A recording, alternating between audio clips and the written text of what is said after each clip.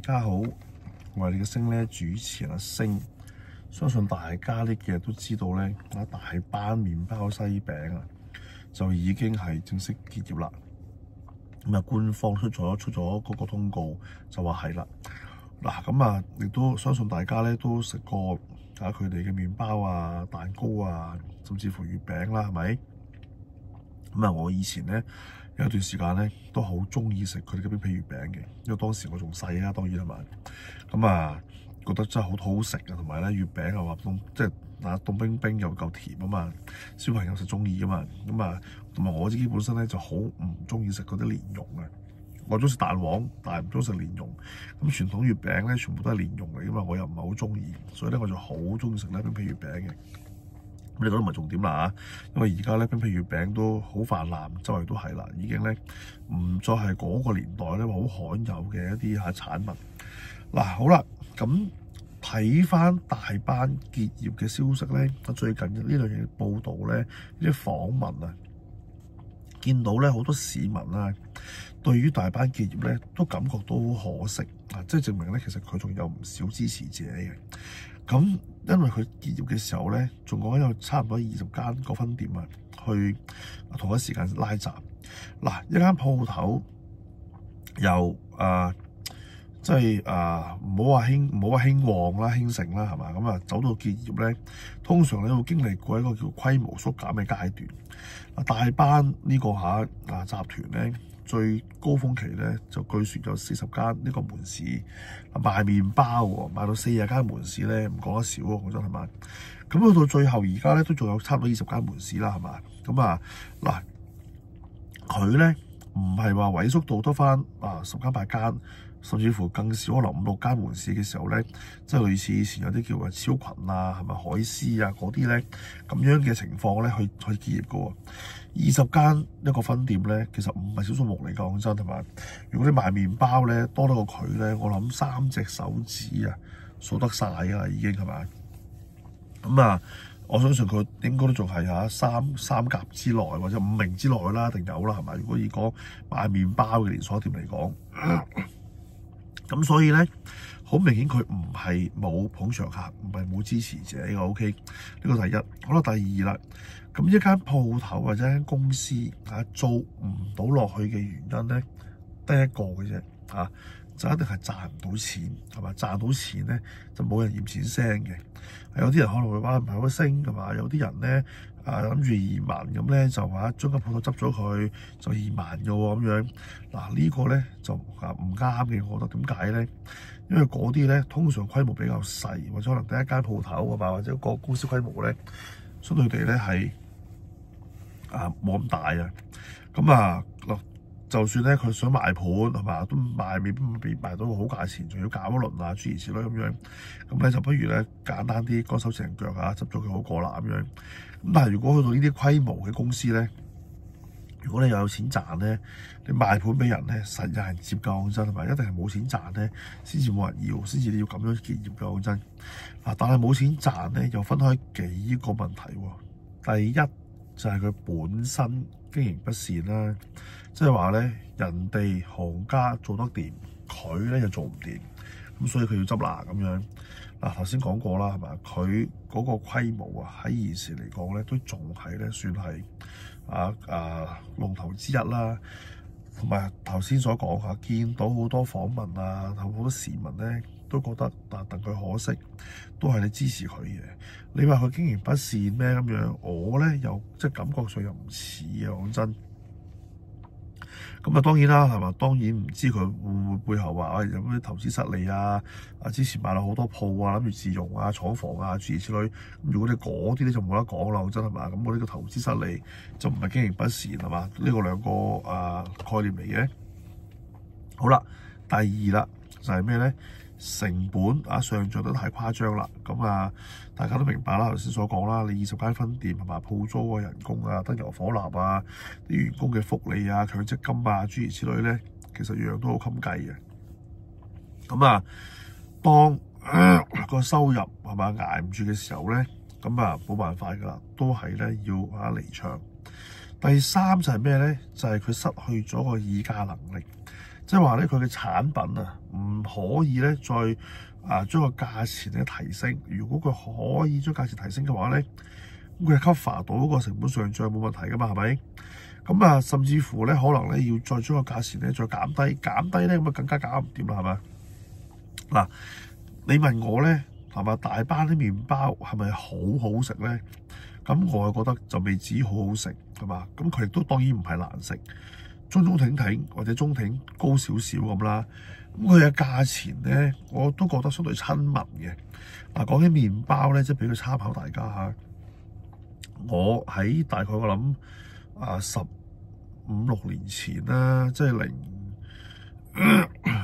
即係10年到啦，大概10年咁上下啦，11年咁上下啦，14-15年前啦。咁菠蘿包雞尾包咧，我見過我買過食過嘅。最平咧喺北角嘅，記得嗰陣時間麵包鋪就唔知1蚊定個半啦，你當佢個半到嘅嘢。咁你而家咧，你平極你就算即係嗰啲叫做街坊嘅麵包鋪你都要4蚊我相信係嘛？咁如果你話一啲即係靚啲嗰啲麵包鋪咧，隨時去到5蚊6蚊個雞尾包、菠蘿包都係最平嗰啲嚟講，而家係。如果你話喺嗰啲茶餐廳門口買一個大個櫃 show 俾你睇大個包嗰啲咧，甚至乎可能賣到8蚊甚至乎10蚊添啊！咁你諗下，麵包呢10幾年咧個通脹幾咁犀利咧，係咪？好啦，咁以上3個原因，大班究竟需要邊樣咧？咁樣頭先我所講啦，經營不善，睇落去唔係好似嘅。成本過高呢個咧就應該一定中噶啦，係嘛？因為根本頭先所講啦，咁多間鋪頭，咁多人係嘛，咁要養佢哋唔係咁容易嘅。咁呢個議價能力咧，咁樣其實咧而家都有好多新式嘅麵包鋪就即係出現咗啦。咁呢啲新式嘅麵包鋪咧，除咗個味道賣相好之外咧，價錢都唔平㗎，講真。咁人咧就好得意係咪？香港人你話係咪冇消費能力咧？咁樣佢又唔係。咁有啲人咧就中意咧試新嘢。咁但係大班咧就偏咧就夾咗喺中間係嘛？好平嗰啲屋邨麵包店，佢咧又唔夠人平喎。你講特色講精緻咧，你又唔夠過頭先所講新式嗰啲麵包店咧去冚喎。咁所以咧佢嘅定位咧就有少少尷尬。其實呢一刻。咁佢所以咧就出現咗呢個問題啦。好啦，但係問題係咪淨係得佢係咁咧？係嘛？頭先所講啦，佢係可能5強之一啦賣麵包。咁另外4強係咪咁咧？你話有啲快餐店快餐飲集團旗下嘅麵包店，咁佢可以有唔同嘅品牌啦，係嘛？佢可以開唔同嘅一啲鋪頭，咁佢哋咧嗰啲相對咧，我都覺得比較穩陣啲嘅，係咪？影響冇咁大啦。但係你話有啲係嘛冇大集團背後支持嘅咧，咁其實都相對幾危險嘅，我覺得係嘛？呢度我都唔開名啦，大家自己食開買開嘅都知㗎啦。好啦，咁問題就在於咩叫港式內卷咧？咁樣內卷呢個名詞咧就係內地發明嘅，即係話咧一個行業就因為競爭太大啦，所以大家都喺度減價劈價，咁打好平係嘛，鬥唔賺錢，或者呢叫鬥賺得少啦，咁令到個價錢咧就一路縮落去，咁繼而咧就形成一個惡性循環，咁引致呢個通縮所謂係嘛？香港咧其實而家咧都有一啲咁嘅情況，有啲咁嘅現象咧開始緊嘅。頭先講過啦，大班就係因為咧。佢嘅定位出咗問題，佢又唔能夠減價喎，佢又提唔起價錢喎，咁所以咧佢就你話可唔可以話佢係經營不善咧？咁呢個可能係其中一個部分啦。但係除咗大班之外咧，大家見到較早前咧啲送餐係嘛 Deliveroo 咁樣，亦都係因為咧喺價格戰底下咧就被犧牲咗嘅。好啦，咁最近咧係嘛，我老婆同我講啦，去超級市場買嘢，買一啲用品買補給啲啲飲品嘅時候咧，影相俾我睇，佢就話喂，嗰啲紙包飲品買一送一，哇！好耐冇見過，講真。咁啊，以前咧係嘛，可能而家講緊賣18蚊 pack 啊，即係正價6盒嘅紙包飲品咁啊，250 size 嗰啲。咁啊，買一送一咧就大概9蚊 pack 左右啫喎，係嘛？正常咧，近年見到咧佢減到13、14蚊咧已經算唔錯噶啦，12蚊邊咧已經係好難得添噶啦，叫做係嘛？而家竟然買一送一，感覺上咧就係咧佢要清貨係嘛？咁另外咧，喺大家唔知啦，碌呢個YouTube 嘅時候咧，有冇見到一個廣告咧？就黃金海岸酒店咧，就係99蚊一晚嚇，話就話咩平到喊咁樣，好似平到癲啊，唔係平到喊，平到癲啊！咁啊嗱，呢啲咧又係咧之前冇見過嘅黃金海岸酒店。你話規模係嘛？係咪好大？係咪好靚咁？咁佢又當然唔係話最頂級嗰啲啦。你又同半島啊、香格里拉嗰啲冇得比係咪？咁但係假假地，我覺得係嘛都算叫見得係人啦。唔係話嗰啲單棟式嗰啲酒店啦，有個泳池、有個會所俾你玩下咁樣。同埋咧呢個黃金海岸酒店咧，曾幾何時啊係一啲自由行旅客咧好趨之若鶩，好中意去嘅酒店嚟嘅。咁佢而家做到99蚊一晚嘅時候咧，即係話俾你聽咩咧？冇人住，咁啊點解咧？係咪啊？當然啦，你問我本地人當然就少去嗰度住啦，除非你真係住嗰度附近又想即係 staycation 下咁啦。咁即係頭先所講啦，係嘛？呢啲自由行本身好趨之若鶩嘅酒店，而家減到咁嘅價錢，即係話俾你聽，自由行都冇去嗰度住啦。咁自由行冇去嗰度住，得兩個原因嘅啫。一係佢有其他選擇，一係佢根本就冇喺度過夜，係嘛？呢個大家自己都明白㗎啦，都理解㗎啦，係咪？咁所以咧嗱，嚟緊香港個經濟前景咧，標題所講啦，一係就通縮，一係就滯脹，兩者咧都唔係一件好事嚟嘅，講真。嗱，首先大家要明白兩者對大家有咩影響先。通縮嘅意思好明顯啦，係嘛？就通脹嘅相反，咩嘢都減價，係嘛？你生活嘅所有嘢咧都減價。頭先所講啦，你嘅必需品啦、有飲食啊、衣食住行啊，諸如此類，係嘛？包括埋你份人工都減噶啦。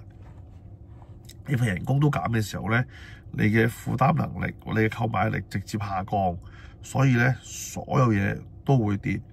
咁啊，包括埋咩咧？你層樓係嘛？好啦，咁如果你份人工減咗之後咧，嗱咁啊危險咯。如果你供緊樓嘅話咧，尤其是早幾年買落借落高成數按揭嗰啲咧，咁你就好容易咧就會還唔起嘅咯，係咪？因為你層樓嘅還款額咧，理論上咧就唔會因為你減咗人工而平啲噶嘛，係咪？只會因為減咗息平啲嘅啫。但係拆息呢兩日咧，大家見到啦，又上翻去0.9啊，挨住1厘嗰啲位附近啦。咁所以咧，如果你份人工減咗嘅話咧，其實咧都真係好大鑊嘅喎。通縮情況97至03年嗰段時間咧，就係因為通縮，所以令到咧股市啦、樓市啦都唔係幾好環境，咁令到好多人咧就破產啊、跳樓啊諸如此類咁樣。嗱，滯脹會唔會好啲咧？咁樣滯脹意思係咩咧？就係咧冇經濟增長嘅情況底下咧，出現啲通脹。好啦，通脹咧，即係頭先所講啦，係嘛？你日常生活嘅一啲必需品啦、衣食住行都會上升啦，個價錢係咪？但係冇經濟增長啊嘛，即係話你份人工咧就冇得加啦，係咪？好啦，嗱，咁呢個咧，你問我咧，某程度上就比通縮好少少嘅，因為點解咧？因為咧個通脹咧相對地會比較慢啦。咁你份人工咧，你都仲可以頂得住一陣，同埋起碼你冇減人工，我唔需要咧即時面對住我頭先所講嘅供緊樓啊嘅時候咧，假設啦，你係供緊樓嘅業主啊，即時面對住個龐大嘅壓力，起碼你份人工冇減，你個供樓嗰個開支咧，仲可以維持穩定。衣食住行嗰啲係咪？即係衣食住啦，你買衣食行啦，你住又你自己有層樓住緊，唔使計啦。咁可以咧。就慢慢去適應啦，係嘛？最多咪食少啲咯，係嘛？食少餐宵夜咯，或者揸車咪唔揸咯，最多就叫做搭車嘢，係嘛？咁樣都仲可以咧，頂得一陣。但係咧對於你層樓又係咪真係好事咧？當你滯脹嘅時候咧，你嘅購買力就應付咗喺頭先所講嗰啲日常生活必需品上面啦。咁可以買樓或者可以用喺住嗰度嘅錢咧，又少咗噶咯喎，係嘛？所以對樓價都唔係一件好事嚟嘅喎。最慘係咩咧？最慘就係咧，喂，你想減息刺激下經濟啦，不如係嘛？咁啊，起碼咧頭先講緊，因為冇經濟增長啊嘛，你份工冇得加啊嘛，咁不如減息係嘛，刺激下經濟，咁大家咧個下希望咧可以經濟好啲，咁啊人工咧可以有得加嘅時候，咁咪冇問題咯。但係你做唔到喎，可能係嘛？因為你有聯繫匯率係嘛？美國亦都講到明㗎啦，係嘛？個低息環境咧，應該咁講係高息環境咧，會維持一段比較長嘅時間。唔好再諗住嗰啲咩1厘2厘息，我講過好多次，俾你係嘛？呢2、3個月攞到啲甜頭，咁又點啫？係嘛？你能夠享受到幾耐咧？係嘛？呢個低 HIBOR 嘅時間，你由啱啱資金話湧入咁樣，去到依家都係大概2個月鬆啲啫。你好彩嘅就享受咗3期，唔好彩嘅享受2期，係嘛？咁H 加1.4、1.5咁樣封頂嘅時候，咁你其實而家同封頂又就爭幾遠啊？都0.5度啫嘛，係嘛？個利息唔係爭好遠嘅，講真。咁所以咧無論通縮也好，滯脹也好，其實對大家嘅荷包啦，甚至乎咧你住緊嗰層樓咧，都唔係一件好事嚟嘅。嗱，對於頭先所講啦，有樓嘅人就係咁啦，係嘛？冇樓嘅人點咧？咁冇樓嘅人咧，通縮嚟講咧，佢反而好啲喎。點解咧？因為頭先所講啦，大家都跌啊嘛，係咪啊？理論上租金都要跌噶嘛，嘢食係嘛？嗰啲優惠咧，啲嘢食平咗好多嘅，自然會。大家記得03年嗰啲咩1蚊雞諸如此類啦，係嘛？咁梗係平咗好多啦。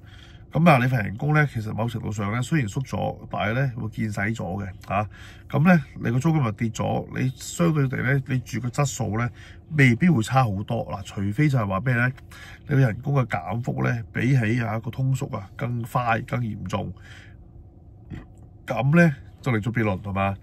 好啦，咁如果你喺滯脹嗰個階段點咧？咁點咧？唔好意思，手術到好飽嘅位，所以係咁樣喺度睇。你份人工冇得加，就頭先個情況啦。你要出去租樓嘅話咧，你可能只能夠越租越細啦，係咪？因為周圍咧如果你講緊你相信周圍係咪嗰啲學生人才仲繼續嚟香港係嘛做嘢讀書嘅話咧，咁咧你就慘啦，係咪？你嘅居住環境、居住質素咧，只會越嚟越差嘅啫。咁但係頭先所講啦嘛，如果香港人工冇得加係嘛，環境唔好仲有冇咁多人嚟揾錢咧？係咪先？讀書可能有啦，都係讀書，佢咪嚟揾錢噶嘛。香港揾幾多錢對於佢嚟講，其實唔關佢事噶嘛。佢讀完書賺咗最多係咪？咁但係問題就係在於，係咪真係仲有咁多需求咧？冇嘅時候，個租金就係咪能夠得以維持咧？所以我哋成日都講你而家話哇租金有4厘以上咁樣話咋？咁如果你因為呢個原因就可以買樓投資嘅話咧，你嚟緊咧，其實我相信咧風險都非常之高喎，講真。好啦，最後啦就講咩咧？就講咧張宇人咧啱啱咧就出席咗一個叫做7·1嘅活動啦，就話喺7·1咧今年咧有3000幾間食肆咧提供唔同嘅優惠，就較去年多好多咁樣。嗱，較去年多好多提供優惠係咪一件好事咧？大家自己諗啦。想講咩咧？想講最後一句。佢就話咧，仲有一段應該話，佢就話舊年咧有市民同佢講而家咧香港咧同內地嘅消費咧舊年講緊係差3成。佢話因為咧就呢啲優惠個市民咧就唔做北上啦，咁樣留喺香港消費咁樣。咁張宇人就話啦，喂，最終咧佢覺得香港同內地嘅消費咧會拉到好接近咁樣。嗱，呢一個問題或者呢一句説話，究竟代表住啲咩咧？大家明白頭先所講啦，係咪？內地咧而家個競爭，甚至乎叫內卷完成未咧？